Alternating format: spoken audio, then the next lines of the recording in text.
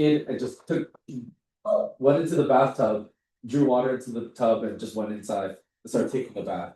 I hate when that happens. Crazy.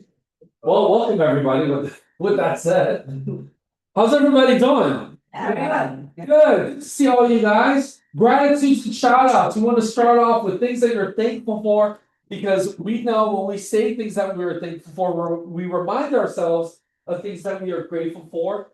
It actually brings down any kind of anxiety, any kind of stress, just makes you happier overall. And we also wanted to share with you, what are you guys thankful for today?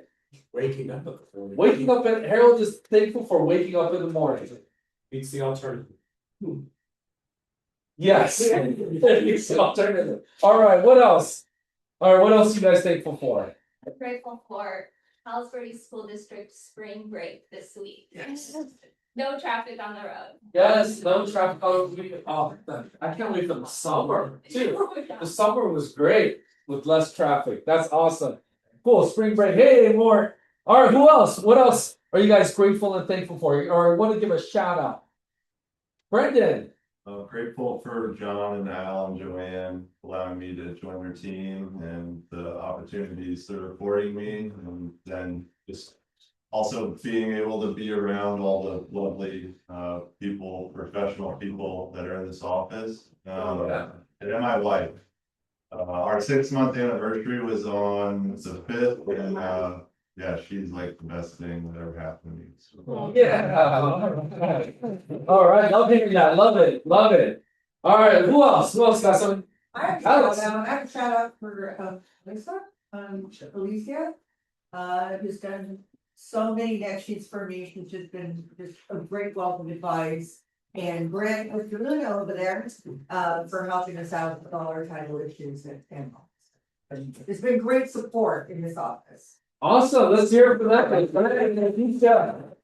Oh, we are definitely here to support you. I gotta say, we are very lucky to have the support that we have with escrow and title and with lending too. I mean, it's awesome. I will definitely second that as well. Thank you, Alice. Anybody else? Any other gratitudes or shout outs? I'd like to shout out Yes. Millie. We had a closing last week. I saw it, yeah. And it was incredibly challenging, and Millie had to navigate a lot of very interesting factors in that transaction, everything from HOA lien to a crazy seller's attorney and delays on the buyer's side. So she really navigated it well, and it was very challenging. I just texted her this morning about that too. Yeah. So yeah, that was really, when I saw that, It was awesome. a lot, so it's just really exciting. I'm not sure if she's on with us, but just Awesome, Millie, for closing on that. And you should help too. That was challenging. I heard all about that, so that was good. Yeah, when I start hearing about things, it's not always a good thing, but it's a good thing that we closed. Good. Yeah. Good. Maureen, you had something. Well, I just want to shout out to Alicia, Heather, Dustin,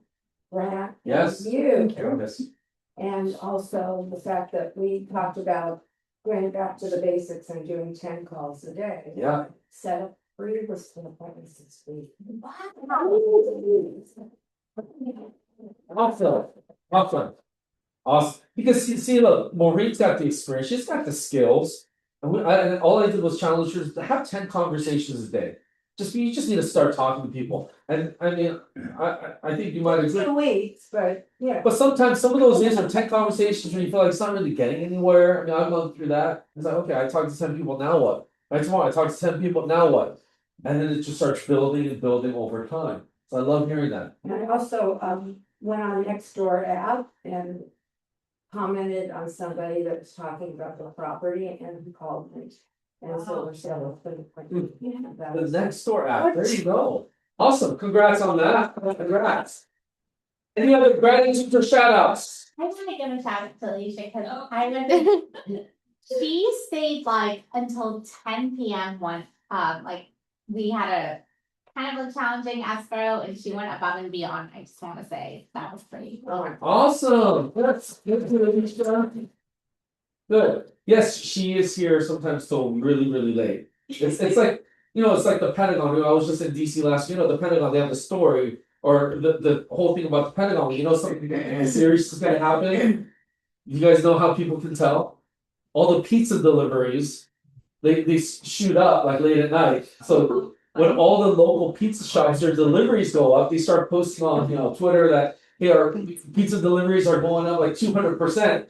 To the Pentagon, something serious is gonna happen, and something usually serious happens after that. It's kind of like that, we'll see if pizzas start getting delivered here later. No, it's not telling you late, something's going on. Yeah, something's going on. Good. Okay, anybody else? Any other gratitudes or shout outs? Well, I'll share the last one then. I'm so grateful because I got to spend the last 5 days in the middle of the forest, essentially, in Big. How many of you guys have been to Big Sur? There's no Big Sur. It is one of the most beautiful places. I got to be there with my family. Look, you know how we are with our belief system here at KW. It's God family business. So if you guys have never been to Big Sur, it's our 4th year going in a row. 1 year we got rained out. We actually got kicked out. We had to evacuate because it was raining so hard. We almost got stranded there. But this is what Big Sur is like. Isn't that amazing? Our hair is like that because we literally went up to the river. We didn't have any like swim trunks or anything, so we just dumped our head into the river. We like baptized our heads into that river. It was so beautiful, and that's the Pacific Ocean right there. So that's Big Sur. I thought I'd just be an unk and share my family vacation photos, right? You guys know what unk means, right? The unk. I think it's cool. Yeah. Thank you. Unk. Yes, Betty? I don't know if you finished or not, but Richard, you're such an honest person. When I saw your Facebook or Instagram, your friend was a big boy. I said, you're so lucky. And then I found out it's the April 1st. I was like, oh wow. That was a joke. I was gonna say, how did you find them? How did they find you? So anyway. He got me too, Betty. It's okay. I was like, Yeah. And I said, I'm not gonna talk for the ticket though. Hey, but I got this happy. Okay, so for you, those of you guys that don't know, on April Fools, I posted a picture. I should like show it on here of me and BTS. It was generated with AI at the Grammys, and I said I helped sell all of them a house in Los Angeles, and I tried to even make it sound more fake, saying we're gonna play pickleball next week. Yeah. I was trying to make it sound fake, but here's the. And my wife, who is a BTS ARMY person, that means she's like a big fan. She says, you don't mess with the army. If you mess with the army, they're gonna come get you. oh my God. I got over 200,000 views on that. It went viral. And because I got about 400 extra followers since April 1st. And not only did I get extra followers, because I tagged KW Palos Verdes, we got an extra like 300 followers. Do not underestimate the BTS army. Yes. I'm the army. Yes. My wife is gonna be there at SoFi Stadium too this fall. So watching this. So thank you, Betty. That was great. All right, we got a lot of new listings. Calabasas, Alice, 199. Tell us a little bit about this one. Yeah, that one is a referral from a past client, and it's in the Kardashian country is what I call it. And it is in a mobile home park, and the mobile home fee is about $2,200 a month. It's very large, over 200 units in there, and it is in the canyon. It's 2-bedroom, 2-bath fixer, and the average sales price in that park is going on about 400 grand. Wow. But it's a fixer. Yeah. All right. Yeah, we're getting a lot of calls, and I'm for that price. partnering with Lake Balboa office on having someone cover it there for open houses if they like. If I'll pay them to open a door for a prospective buyer, and so I'm partnering with them out there. Yeah, that's what you're asking about that. Yeah, perfect. Yeah, we do have a lot of agents in Lake Balboa, Sherman Oaks for the Valley. If you guys need referrals, let me know. All right, Emmanuel's got one in Indio, 550, 3-bedroom, 2-bath. Sandra here today. She's got one. Mixed use, 729. Might be a little fixer upper, I don't know. Maybe. But reach out to Sandra in Wilmington for that one. Karen, she's not here today, but she's got a mobile home here in Harbor City, 2 bedroom, 2 bath. I feel like Karen's got a listing, new one in here every week. Mark's got one in Lawndale, 888, 3 bedroom, 1 bath. Rod's got a rental in Torrance, 3600, 2 bedroom, 2 bath. Vikram and Brooke got one in Lake Elsinore, 600,000, 2 bedroom, 2 bath, 946 square feet. Steven and Amy's got one on 28709 Rock Drive, 2.075. Look at that view. Can we share anything to share about the Steven? Yeah, we just put it on the market late last night. So thank you very much for putting it on there. Yeah, It's a 5 bedroom, got a panoramic ocean view. It's very good. We had a broker open house today. yep. I saw that we're gonna have broker open, so go ahead and visit that one with that. Look at that ocean view, amazing. All right, and closings. Lauren closed one in PV Estates for 2.7. Let's give a hand to Lauren. Rob closed one in Torrance, 640. Looks like the same complex like the Travis. Andrew closed a rental in Long Beach, 299.5, 37th Street. Young closed one in Torrance, 1.3 million. Let's give that a hand. Yeah, that's a lot. Millie, that one that we were talking about with Alicia, closed a promenade escrow for 445 in Culver City. Congrats. Young's got another one closed in RPV, 1.01 million. Congrats to Young.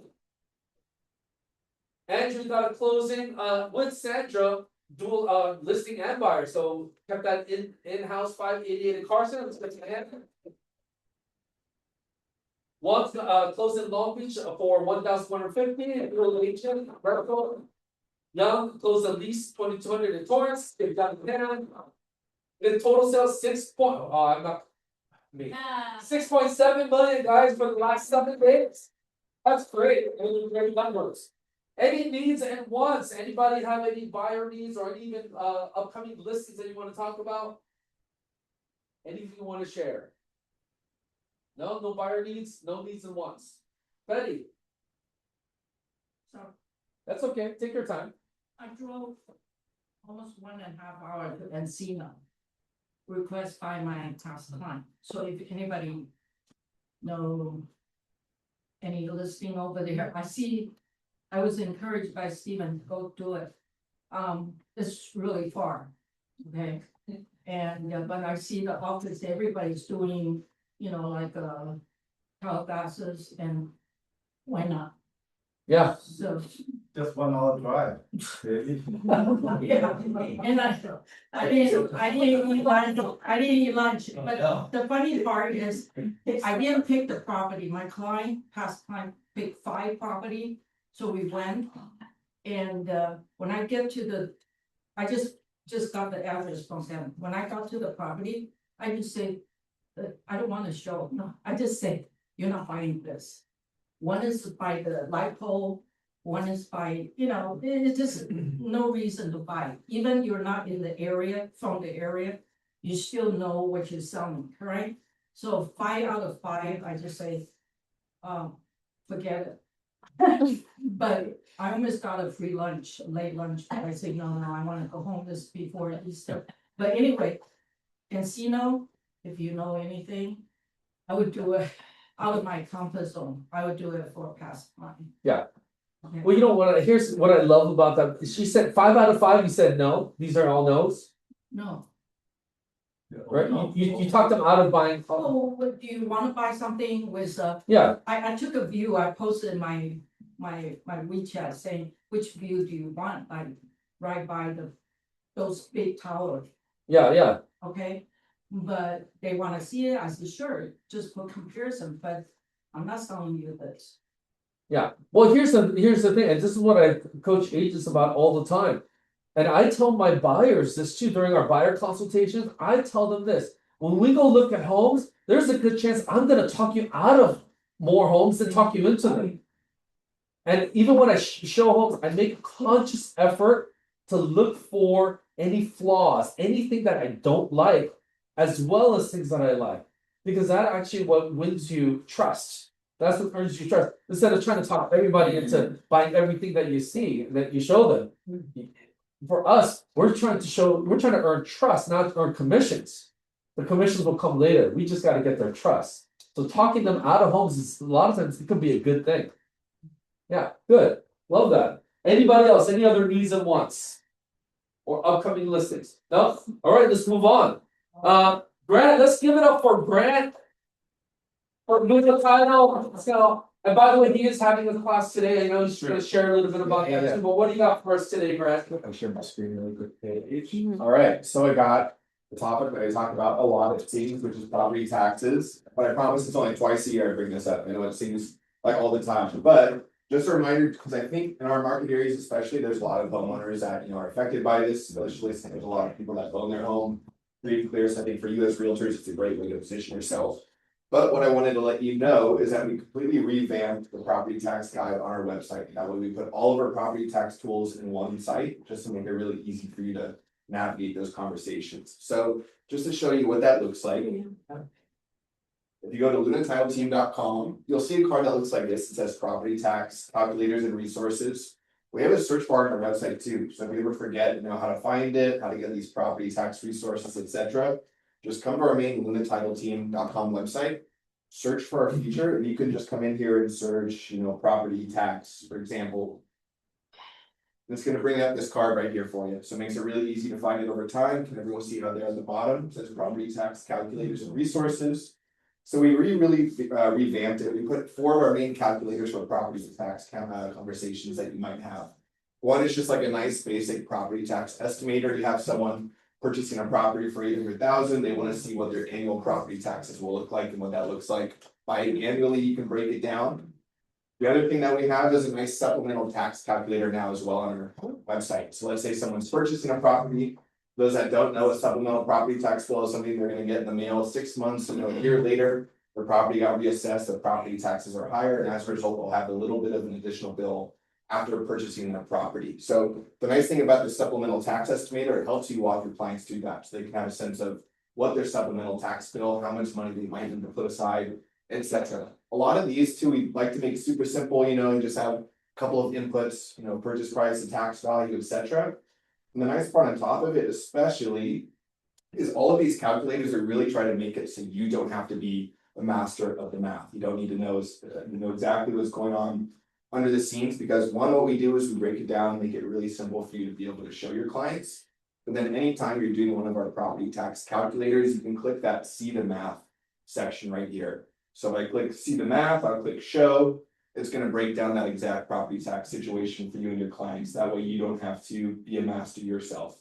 So it looks something like this for all of those scenarios. So they can do it themselves, fill in their numbers, and then see the math and make it a little easier on you. And then the other nice thing about these calculators too is we also have flyers too. So let's say, beyond these calculators, you wanted some resources to share with your clients. If you scroll down on this page now, we have this big downloadable flyers for property taxes for your clients. So you can click downloadable flyers here. We have awesome flyers like the property tax dates. So let's say you have your client that's purchasing a home cash. This is something you can give to them. They'll keep on their fridge forever. They have those dates for property taxes memorized. And the nice part too is these QR codes will scan them just to a site where they can pay their bill online, etc. So ideally, this is a nice hub for you moving forward where, twice a year, you might have these conversations with homeowners about property taxes, what are due, how much they owe, and ideally, this is something you could share with them. And then why I think this is such a good resource for you, in my opinion, is just the big opportunity zone that exists in these areas. So I did some numbers beforehand. I like to geek out on the numbers a bit. But I was looking at the South Bay. I think these are areas that a lot of you, serve every day. I think there was like 130,000 properties in the South Bay. These are the markets that you're reaching out to every day. So free and clear properties, these are people that are going to be paying their property taxes twice a year out of their own pocket. These might be big payments, $5,000, $10,000, $15,000 a year. These might be people on fixed income as well, retirees, etc. 41,000 people that own their home free and clear in the South Bay and need to pay those, twice a month. So going back to that conversation about, calling 10 people a day. Yeah. If you don't have clients, that are in your book of business, these are great people just to call and let them know about nice property tax notification. On top of that, even people that are delinquent on property taxes, those that haven't paid it, the assessor says, hey, you guys are behind, you have a 10% fee, etc. 4,000 people, and then also Prop 19 eligible homeowners. These are people that can sell their home, transfer it, keep low property taxes, $55 1,000 people. So ideally resources for you to make it easier in your conversations. And then the last thing I wanted to talk about, I do have a class.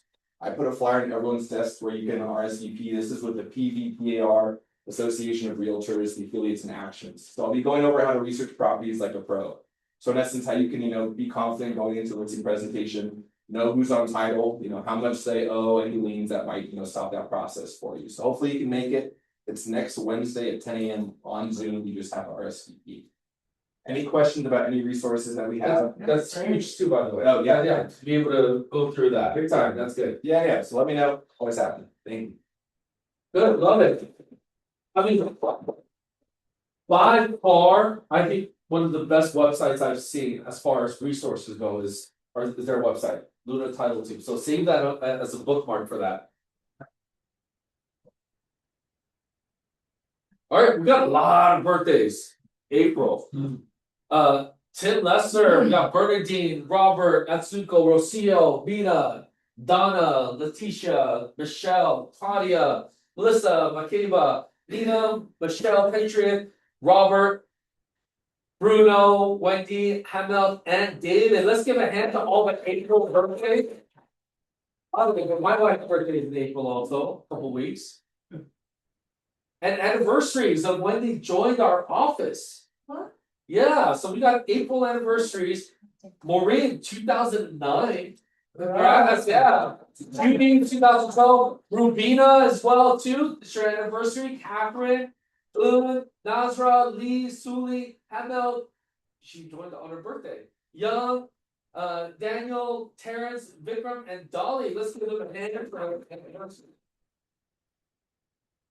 Upcoming events, we've got a lot of stuff. Right after this, right up here in the front, Grant's going to do a class on AI and KW Command. Some of the stuff that he's been teaching has been awesome. So stick around for that right after this class. YPN for our KWPV, our PVPAR. YPN is doing a comedy night. I think we're going to have our own comedy night as well later on this year. But they wanted us to promote this. We have a few of our agents that are on the board over there. So keep an eye out for that. If you want more info, come ask us about it. But you can get tickets to this. And apparently they're going to do a lot of real estate jokes. That's what they said. Real estate jokes. All right. Anything to add on to this, John, or anything you know about this? No? I know nothing about it. He's not YPN anymore because the Y is.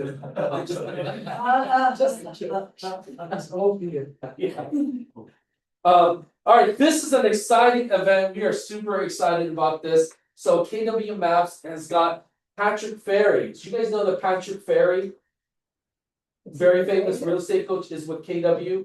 He's with KW Maps Coaching. Scan that QR code. He's going to do a marketing and AI class. It's going to be online. You have to register. Master the appointment, marketing framework that works. He's going to show you guys how to build it, repeat it, do a campaign that you can run every 2 weeks. You do have to register. If you attend, you'll get a full playbook and all the slides that Patrick Ferry is going to be doing. I mean, something like this should be costing us a lot of money, but this is going to be entirely free. So make sure you do that. And that's going to be in a couple weeks. April 20th at 10:30, okay? Broker Caravan, scan that QR code. We need an RSVP because there are a limited number of seats. It's going to be May 5th on Tuesday. How many of you guys have been on the Broker Caravan with Dustin before? How many of you guys had a good time? It was always a good time. Always. Always really, really fun. Rhetorical question. And Dustin drives very, very safely.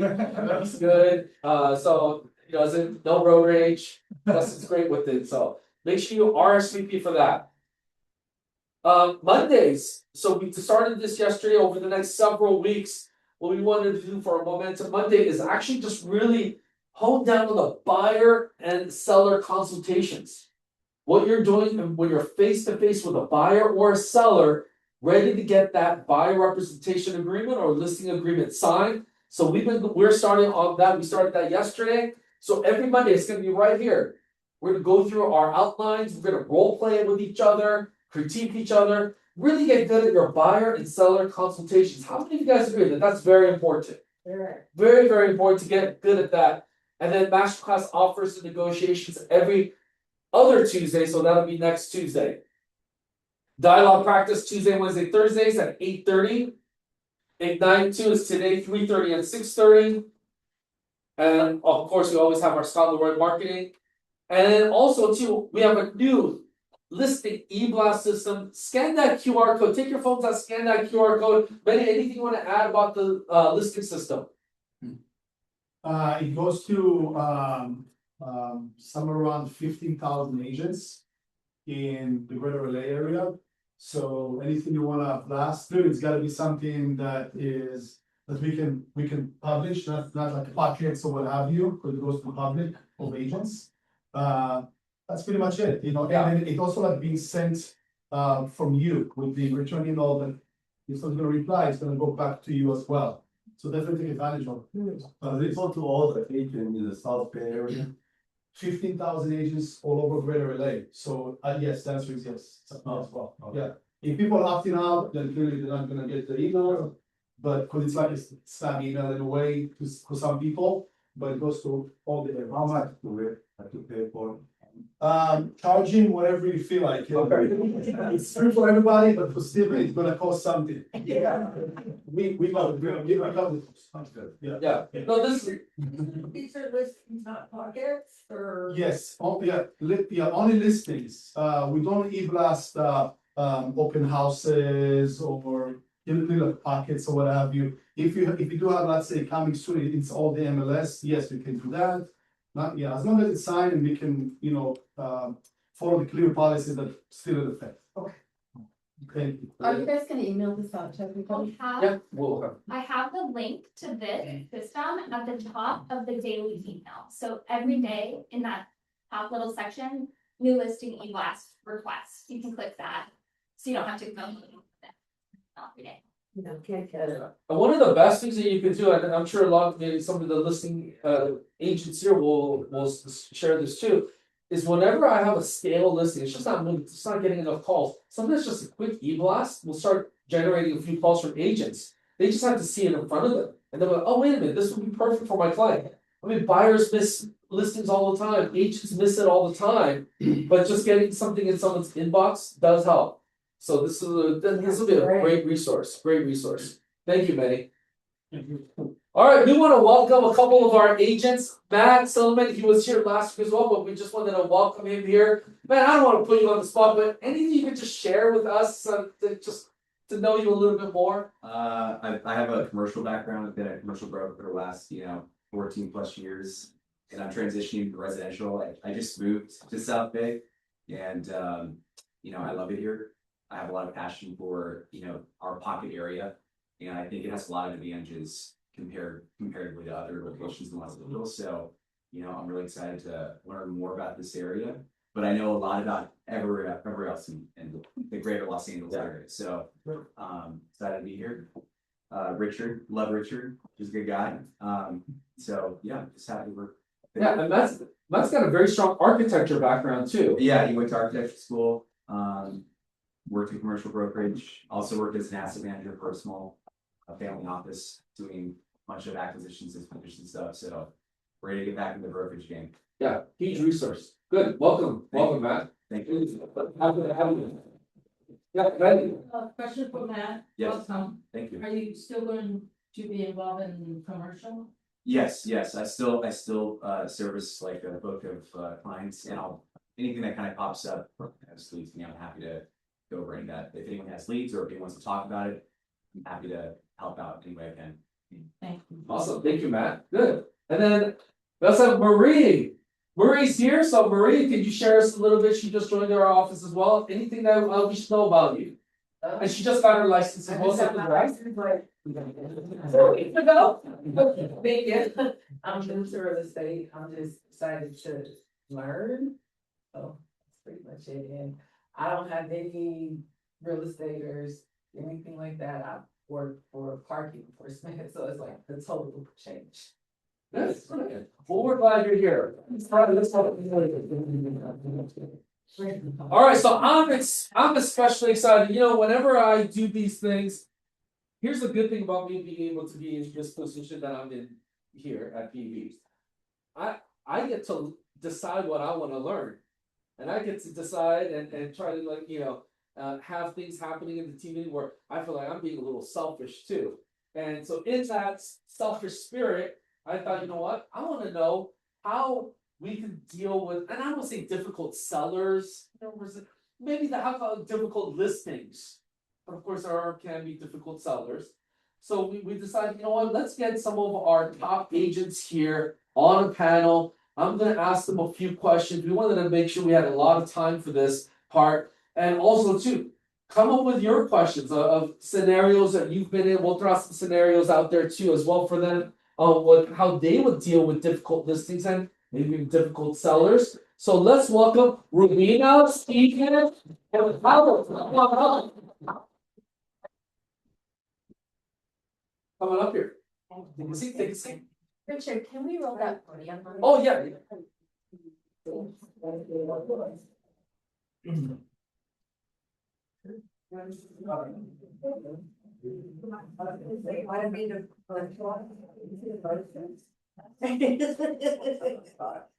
What about video? I don't know. Okay, you got it, so I can. All right. Oh, beautiful. All right, oh, You wanna be in it? all right. Let's hear it one more time. All right, so I mean, we want, it says difficult sellers, difficult listings and all that stuff. First, I mean, just share tell us a little bit about who you are and you know, how long you've been in this business and, you know, just a little bit of your background. Stephen? Oh, Yeah, just share. ready first. Oh, Rubina? I know.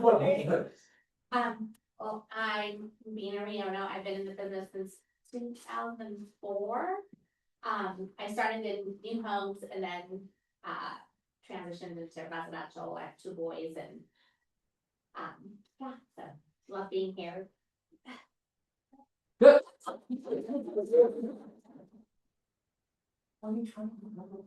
I'm Alice Rodriguez. I've been in the business 23 years. I'm happily divorced. My next chapter. I've been with the Keller Williams office since 2010 and just joined this office and I'm very, very glad to be here. Okay, I moved here to Palos Verdes in 1986. And so I've been doing the real estate in Palos Verdes since 1986. All my kids grew up here, and now they're all married and gone. So. I said it with a big smile on his face. Hold on. All right, let's and let's start with Rubina. I mean, look, we said difficult sellers, difficult listings. How would you define what that means, difficult? I mean, a difficult seller can be, a sell during negotiation processes, or when you're in, let's say the buyer sends in a request for repair, and the seller doesn't want to budget all on anything. I've experienced that before, and what I learned was to prepare a seller in the beginning, not when they get the request for repair. So I almost had that conversation during the listing presentation, like, just be ready, the buyer might come back and ask for a few things. We're not going to fix anything for them or update the home, but if there's something major, just prepare yourself for something that we're not aware of. Just so we plant a little bit of a seed, and I've realized that that's helped when we do get that request for repairs. They're not like, what is this? I was never told about this, why would they do it? So that's an example. Yeah, that's a great example, setting those expectations with repairs, especially good. Alice, how about you? What would be difficult? What would be a difficult seller, a difficult listing? How would you define that? I mean, ones that aren't nice, I guess. You know, in 23 years, I've given back 2 listings. One was the first 10 years, and the second one was what was on year 20? 7 more years I'm due for the third. But I've never given them, I don't give them back. You know, we work it through, we talk to them, we listen. They want to be heard. You know, they want to be heard, but they're, you know, the ones that don't respect you, you know, you want the client to trust you, correct? And I use that word a lot, used it earlier today in the meeting, and I use that word a lot when I sit with them and I talk with them and I go to the listing presentation, I use the word trust a lot. Because it's true, this is the biggest decision that they'll ever have to make. And they need to trust someone. And we just remind them, and then they say, oh yeah, that's right, I do trust her. But the two difficult ones, just, they didn't have the respect for what we do and how hard we work. So it's best just to give it back and Yeah. say, we need to move on. Okay. Yeah. Steven, I want to pivot a little bit. So, I mean, you've been here, for about 40 years. During that time, but even recently, would you say you have sellers that just won't listen? You're just like, Oh, okay, yeah, definitely. I don't know. I think either my home is worth this much money. I just don't, or no, that is not a good offer, Steven. I disagree. Are they being pretty open with that? And when that happens, what's an example of that and how do you handle that? Well, basically, we have to understand what the sellers want. And because we are dealing with one of their most important assets in their lifetime. And so I always try to be understanding and understand where they're coming from. And try to listen to what their demand is and what their request is. And there's really no standard answer for anything. Basically, we are just trying to be helpful to the seller situation. And of course, everybody's concern is different. And so it's very hard to just summarize with a few words. Yeah. Now, I mean, you guys have all have the experience. But I mean, let's just say you get a listing with the seller that doesn't know who you are, and they just you haven't earned their trust quite yet. They're almost doubtful of what you're able to do. Mhm. Are you trying to prove yourself? Or are you trying to show them something? Or are you trying to show a track record? Like, what do you do to get a seller to say, "Oh, I am the right person for the job"? With Steven, we can start with you on that. Well, you'll be very surprised nowadays. A lot of sellers know something about you before they even call you. Yeah. And so sometimes when I go to a listening presentation and I start talking about myself, and they just Steve, I know everything about you.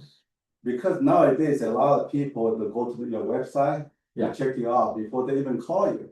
And used to be before the internet world is different. Now everybody can go to your website and check you out, and that's why when people call you, you have very good chance of getting the listing because they will check you out. Yeah. And so I found that's very important. So I've been spending a lot of money recently in the last few years to asking somebody to update my website, because I found that when people call you, sometimes people just call one agent. The most people probably call 2 or 3 agents. And when they call you, you start going through your listing presentation, everything. But you'll be very surprised. People know a lot about you before they even call you. Yeah. Mhm. Yeah. Good. What about you, Alice? Well, I totally agree with what you're saying. They know more about us than we do. And it's like, oh, is that my website? You know, and that's right. You want to have a professional to handle that for you and be prepared. Yeah, I just started doing that the last 2 years. But just as he said, you want to listen to them, and it's like everybody wants to talk about themselves, right? We all want to talk about, I could talk about myself all afternoon, trust me, I got to get the gap. And so, but you don't want to be the most interesting person in the room. You want to be the most interested person in that room. So you want to listen to them. You want to be interested in what their goals are, what their dreams are, where they need to be in June in Tennessee or what have you. You want to be interested in them, not, because they already are interested in you, because that's why you're sitting across the table from them. They want to meet you. They know, like he said, they know more about you when you walk in. So let me hear about you. What do you need? How can I help you? Make the largest decision of your life. I love that. Be interested. Yeah, be interested. Don't be Yeah. interesting. Be interested. Yeah. I love that. Rubina, how about you? I agree with both of them, obviously, we do have that scale of presentation online on your social media than when somebody is searching TV or, you know, best realtors and stuff, then you wanna be the one who comes up. And then if you don't have that advantage, I think just showing like house Verdes as a whole and how much we do in the South Bay, so that, for people who don't have that, so that they can compete.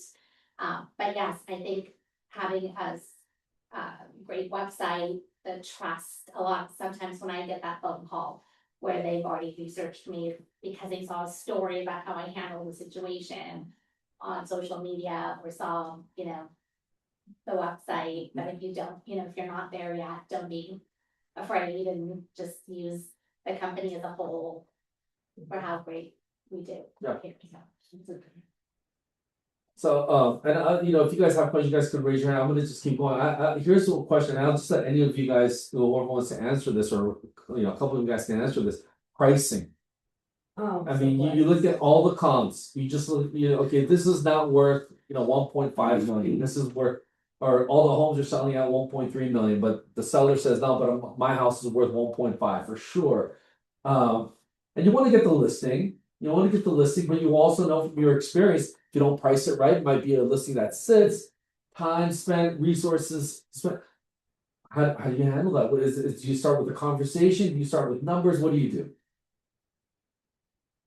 Me first. Anybody?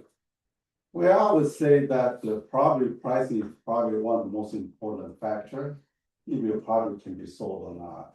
And a lot of sellers feel that if they want to get a higher price, they want price higher. I always tell the seller it's just the opposite. If you want to really get a very good price is at the fair market value or even lower than fair market value. And because when people have a multiple offer, they compete against each other, you always end up getting more. I remember a couple of years ago, there was a property in the Paseo del Mar. And I feel that price should be worth about 4 to 5 million. They priced it at 2.5 million. There was like 500 people going there over the weekend. And they end up sold for 7 point something million. Yeah, you have to understand that when people go into the competition mode, they want to win. It's just like a bidding war. And so you want to let the seller understand it's very important to price it at market value or even below the market value. Because once you get the creator competition, you end up with getting even more. Yeah. That's probably one of the most important thing. And of course, sometimes the seller cannot understand that, but you just have to let the market tell them about it. Yeah, and you can just share past experiences. This is what happened when we did it with this home and this home. I also remember there was another case in Torrance, and I feel it probably worth like a 400,000 or 500,000 a couple of years ago. They priced 195,000. There were like 700 people. They ended up sold like in the 700,000 rate. So it's very people's mentality is very different. All the seller want to list it higher, but I always tell them if it is high, you always get up the less because the first 2 or 3 weeks is the most critical moment of any listing. Once it passes the 2 or 3 weeks, people start going to the other property. So my goal is always, when I list the property, my goal is always try to sell in the first weekend, within 7 days. That's my goal on all my listing. We have been successful in doing that in probably 50% of the cases. And so the pricing right is very critical in any listing. Yeah, good. Anybody else? I work with them on a marketing strategy. I know a lot of both of my colleagues here said, but we talk marketing, a pricing strategy. And you know, the fair market value, but okay, how do we get top dollar for your property? Let's look around. What do we need to do? Right? So you want to get, your neighbor got $1 million, you want to get $1 million, but you know, there's a big stain on the ceiling. You know, the fence is broken, you know, it's just, you know, it's grandma's house, you know. So how do we get you that $1 million? So this is what we would need to do. And if you don't want to do those, then this is what I would recommend that we price the property to sell. And then we talk strategy, you know, we talk budget, we talk strategy. How do we get that market value, if not top dollar, or more than top dollar for your property? So come up with a plan. Yes. Rubina? I mean, some of the things have already been said, but a lot of times people don't wanna be told and they wanna see it. So I have these little graphics that show how many people visit an open house when something's priced at market value or low below. And then how many visitors you get if you're above, and that kind of helps them. And I just have like a little graphic that says, please put yourself in the buyer's mind and take yourself out of being a seller. And just how they compare to other properties that are on the market at the same time they will be on the market, so that they stand out more in price. Which is the most critical. The little pyramid one? Yeah. Yes, I love that one. I love that one. And I have that slide right before we talk about the price. Yeah. I think we should come up with. And I always say the objective in this pyramid, I love that little pyramid. Yeah. And the objective is to, right here, if we did it at market value, 6 out of every 10 people would walk to the door. However, like Steven said, if we press just a little bit lower, 8 out of 10 would be coming to the door. And the objective is to get as many people, and I always point at the front door, get as many people through that door as possible. That's the objective. Yeah. So that we could drive the price up. And I always point at the. I love that. I do. Many people do that. No, I love that. It's a visual, you know, my line is always this, and you know, my agents laugh at me. I always say, I want buyers to walk in through that door and I want them to see it, feel it, touch it, taste it. I even say taste it. It just feels like it flows with taste it. But yeah, but that's the emotion that we're trying to create, and it's hard to create that emotion with just pictures online. They need to come in through the doors. So no questions? Online marketing. What are you guys doing for all, I mean, the typical agent, or I don't wanna say typical, let's just say a majority of agents, they do the 3 Ps. Put a sign in the yard, put it in the MLS, and pray that a buyer comes. What should a top agent be doing to go beyond the 3 Ps? Anybody? Okay, I always try to, because I found out a lot of buyers nowadays, not only coming from the Palos Verdes, a lot of people come from different parts of Los Angeles. So for all my listing, I make it very standard. We send out the email flyer to all the agents in not only in the South Bay area, also in Los Angeles and all the way to Orange County. Because when I have a listing, I always do my first open house to feel where the buyer coming from. And I make it like a habit to do a property open house for online listing. And I found quite a few people coming from Irvine, from the way to Eastern Gabriel Valley, from Los Angeles, from Harbor City. You'll be very, very surprised. The buyer is not just coming from the South Bay area, because a lot of people are looking for the other better place to live and to send the kid to the school. And because Palos Verdes has such a wonderful school district, it has attracted a lot of people from other area, and also because of the climate. I have several people coming from the San Marino area say, oh, it's so hot in the summer. And I always emphasize they are 20 degrees different Fahrenheit in the summer. And so there are a lot of advantage, and I always encourage the people. And if you have the listing agent, try to do the first open house yourself. Because it's very important that you get a feedback directly from potential buyers, so you can share with the seller. And so that's what I always do. Because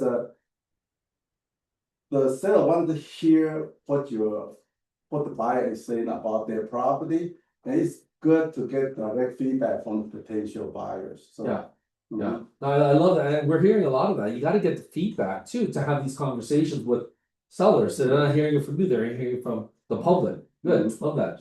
What about you guys? What is a top agent doing more so than your average agent? I always run a Facebook ad and Instagram ads, and to Steve's point, I target like Calabasas, the Valley, Greater Los Angeles, because a lot of the buyers are coming from Santa Monica, LA. They were in these cute lofts when they were single or engaged, but now they have like toddlers in tow, and they're all coming to the South Bay all over. So I just run those social media ads and just target Greater LA. Well, that's great. My marketing, I hired a virtual assistant to handle my marketing. And, because I was finding I was taking too much time trying to figure it out and, you know, I was getting very obsessed with it. And I was taken away from meeting with my clients, so I hired a professional. That's what I do.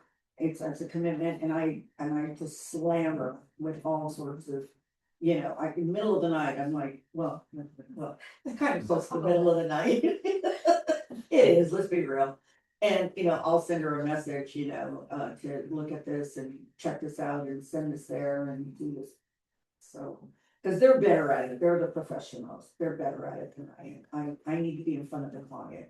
So, but that's a good idea. I'm getting really good ideas. Well, now here's one, I'm dealing with this now too as well on one of our listings. When people sell a home, there's a good chance they need to go somewhere else. They need a lot of times they need to buy something. And a lot of sellers, they feel very like worried that what if I, you know, sell my home and I don't have another home to purchase right away. I don't want to move twice. I don't want to, maybe I don't want to go into a rental or Airbnb. I need to find something where I was it. No, Richard, can you just put a contingency that, you know, whatever offer we get, we have to be able to buy something else, and which obviously can hurt also, you know, whatever offer you get. Like, how do you handle that situation? Let's say they're open to ideas. They're open to ideas. And how do you explain that? And that contingency could be kind of harmful as well, too. What you guys running into that situation? Yeah, we do a lot. Yeah, because people can only live in one house. Yeah.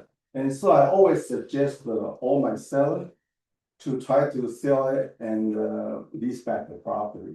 Okay. Yeah, I think it's been working very well for all my sellers because they are several advantage to it.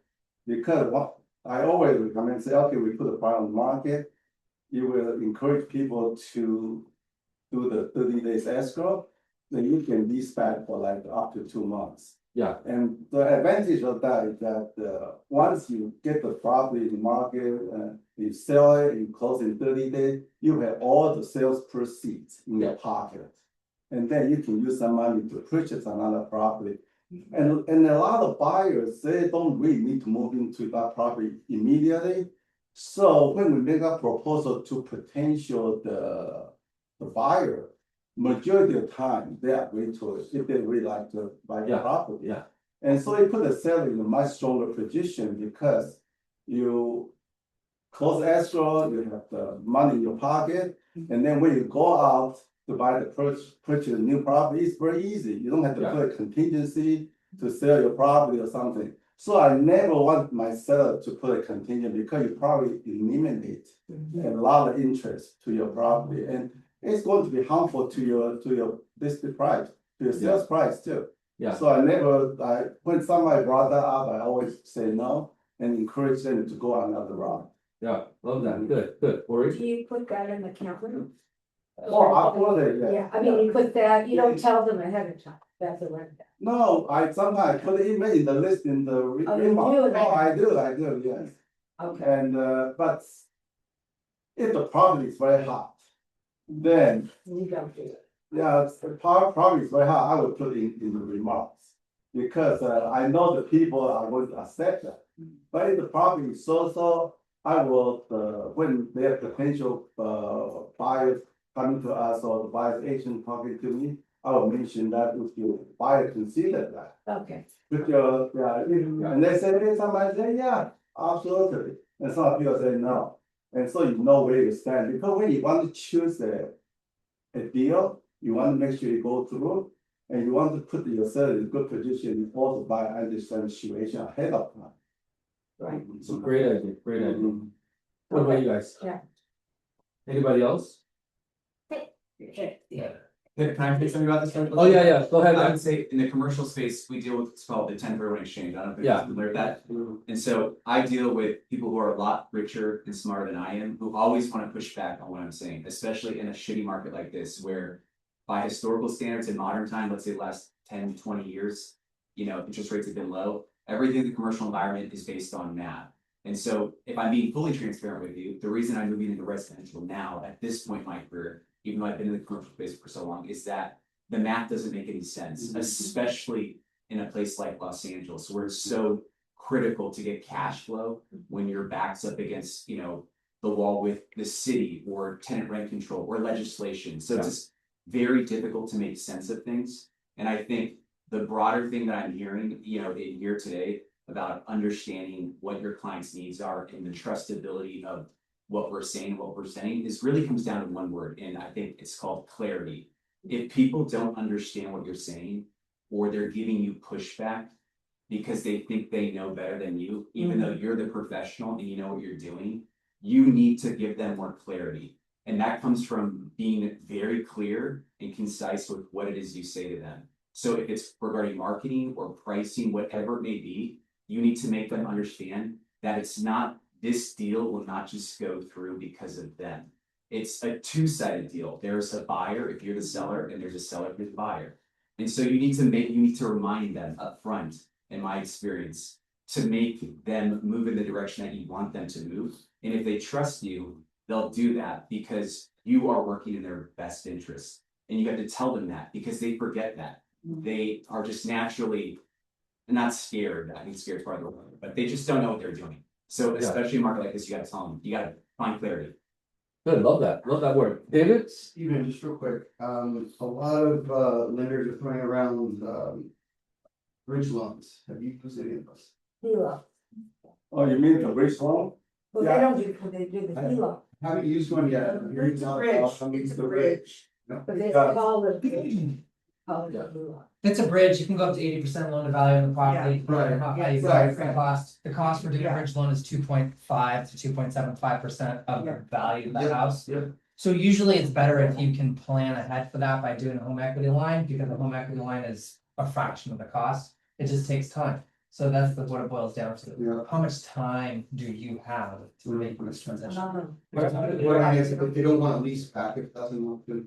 Yeah, I think if somebody really want a certain property, and then, we have a couple of property, my client purchased, they use the bridge loan. Okay. Yeah, definitely, it works because it's very quick, and you can process immediately, and they will fund the loan in like 7 days or 10 days. 5 days. Yeah, 5 days, yeah, it's very quick, yeah. Yeah, So, you know. and they're controlling it all, they're controlling it all, so they're letting us know, and keeping us informed and calling them down, saying, okay, now and then the new house that they're purchasing, right, that agent we're coming in, because they're guiding us through it. Yeah, good. But you should tell them that because there's so many parallels with what I do to what you guys are talking about right now. It's insane. And really, the clients are always looking for the next property they're gonna get into because it's a cash flow thing for them. Right? They don't want the gap in the cash flow between selling their property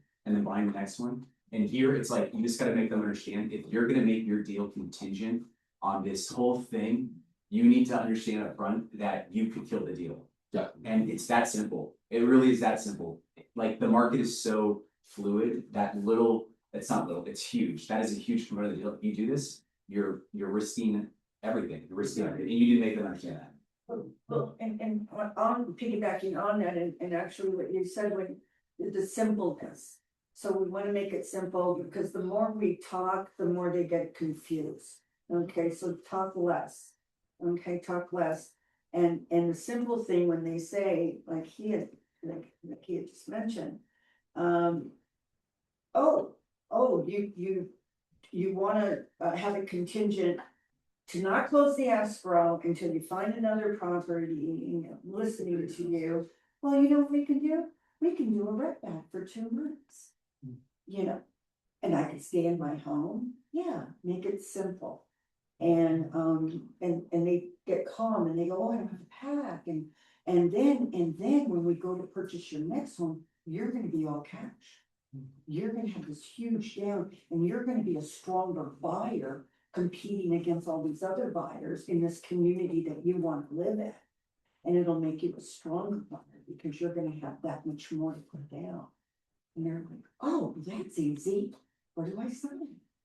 Yeah. Do you also do the PITI with them, or you don't talk about Oh, that? right. And excuse me, on the piggyback on that, when they see what the PITI is on that building versus the $79,000 home that they bought, okay, And they see that, trust me, they get more motivated to pursue it than the 2 months. You wanna pay us another month? Yeah, well, you want, yeah. Done? This question is for all of you guys. How much prep and like updating do you guys typically recommend for people before they put their house on the market? And have you guys used like Zoom Casa or any of those other services where they'll like give your clients a bridge loan to help fix stuff up? You can. I like to have as much time as possible. I always say it's better just because, you don't call the agent a week before you go on the market. It's better to have, a 6-month to a year relationship, because I literally had a client paint their entire living room mauve. And I was like, why didn't you call me? Like, we're going on the market in like 3 months. Like, we have to switch it to white, and I just hate the paint. All this color. Yeah, like a pink. It sounds ugly, I don't know what it looks like. So, yeah, it was a pink, so, and I haven't used, I've just been lucky with painters that I know, or handymen that I know, and then the clients just got paid. I just haven't been in a situation yet where they haven't had the funds. It would be nice to have somebody like a trustworthy. Yeah. Relationship where they can pay it after close of escrow. Yeah. I just haven't been in that situation. Yeah, I used Zoom Casa years and years and years when they first came out, maybe once, It was fine, but I have services that, I have that I can call and go to. And if we have to negotiate some things that they pay them out of escrow, what have you, because of the kind of business that I give them, some of them are agreeable to that, some aren't. It's just, it's just the relationships that you build with your services. Yeah. Steven, prep? Yeah, I always tell my seller that you only have one chance for first impressions. Yeah, it's so critical, and so some of the sellers, their house in such a great shape, you only need to do minimum. Some of the property, you really need to do a lot before you put property on the market. I always tell all my sellers, if your property is not ready, don't put it on the market, because the first weekend and the first broker open now is so critical. And once you lose that opportunity, people will not come back. So I think all depends on the individual property situation. And so I always want to make sure my clients' property are ready before they put property on the market. Sometimes just take 1 day, sometimes take 1 month. And I just got the listing appointment last week in the property, and I just saw it's fun. The listing agreement was just signed on Upper Vista. Out there, because you had a listing a couple of years ago there on that street, and I've been working with the seller for 2 weeks, and because I went there and I recommend what needs to be done, and they've been getting the people to get the house ready, and we send the stager over to do an estimate, and their cousin also the business, also the real estate agent in their flower, and so they request me to collect with them. I'm more than happy to do that because they are a part of the family, and so we have been working on it, and I would say probably won't be ready for another 1 or 2 weeks. And but because I went out there, I said that in the planter, all the plants were dead. And in the backyard, it's like a 30,000 square feet lot. There are so many bushes and weeds over there. I say you need to clean it up. And so I think every property is different. The most important thing the seller want to hear from us as a real estate professional is to give them proper advice in terms of how to prepare the property for sale, how to price property for sale. And so there are a lot of the critical points for a listing agent to share with your potential client, so they can get the most money for their property. Yes, Alicia? How far do you go in letting the seller prepare their property? Because sometimes you go out to the property and there's so much stuff. And you're like, I did clean that. You need to declutter, you need to pack, move, store, give away, whatever. And then you go back again and you're like, nothing. That's better, but You need to remove as much as you can, especially when they're still living in the home. You can't tell them to, you know, I mean, I went as far as saying, okay, you could leave your coffee maker there, but you know, all the kids' toys and all, how many times and how long do you say, okay, you're not gonna do what I'm telling you to do, we're gonna put it on the market? Well, most of the sellers, they have not one goal is to get the highest price possible. So we need to let them know, what we are suggesting is to help them get the highest price possible, that's number one. Number two, we need to have all our vendors ready to help the seller. Yeah, we understand a lot of people, they are probably not physically or the time to do that. Then so we always have all the different vendors to help them in different type of to get the house ready. So I think you need to have your people lined up to help them. And a lot of times, you know, I just want the property Violent Drive and the parent passed away and the son came back from the Berkeley. He's the professor at the UC Berkeley. He says, Steven, I come down here for 1 week. Whatever you want me to do, I will do it. So I spent some time with them, and at the end, there was so much junk. And so we sent out one of the vendor, and he was really, really good because usually you deal with those services, they would take 2 weeks. But that particular vendor came out 1 day, get everything out. If they either donate it for you, or if the charity won't take it, they just trash it. And so we got everything done.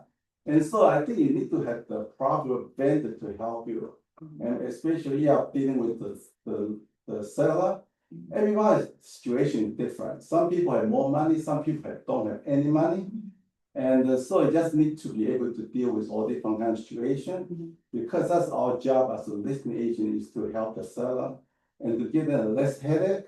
You got a better chance to get the listing signed. Because I remember when I was there, the son came down here from Berkeley, and his sister was also there, and I was their first agent to interview.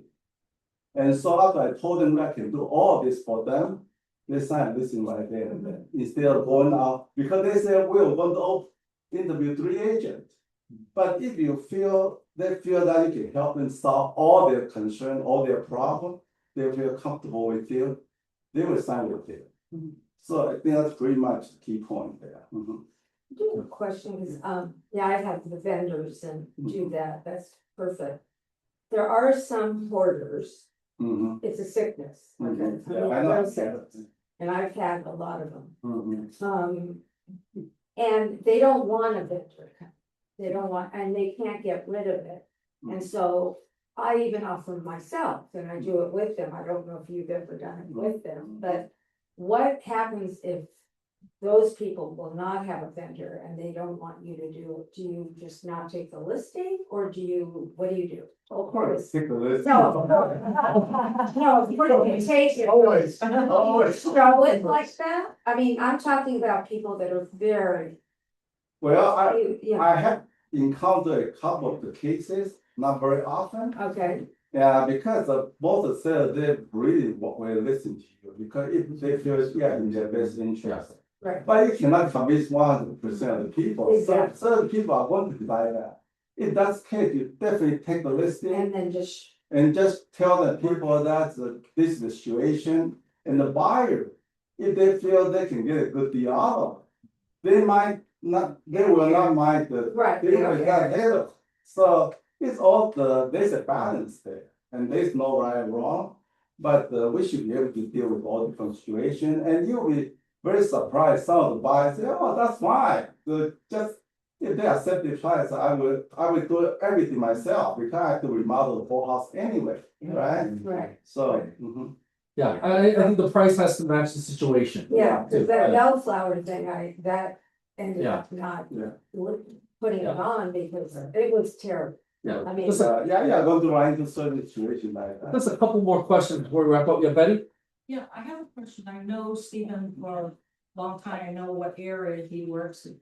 The other two ladies, do you do, South Bay or a special area? The reason I'm asking, is Stephen has a listing, okay, we're talking about seller, of course, we wanna get the listing first. But Stephen has a listing today, open house.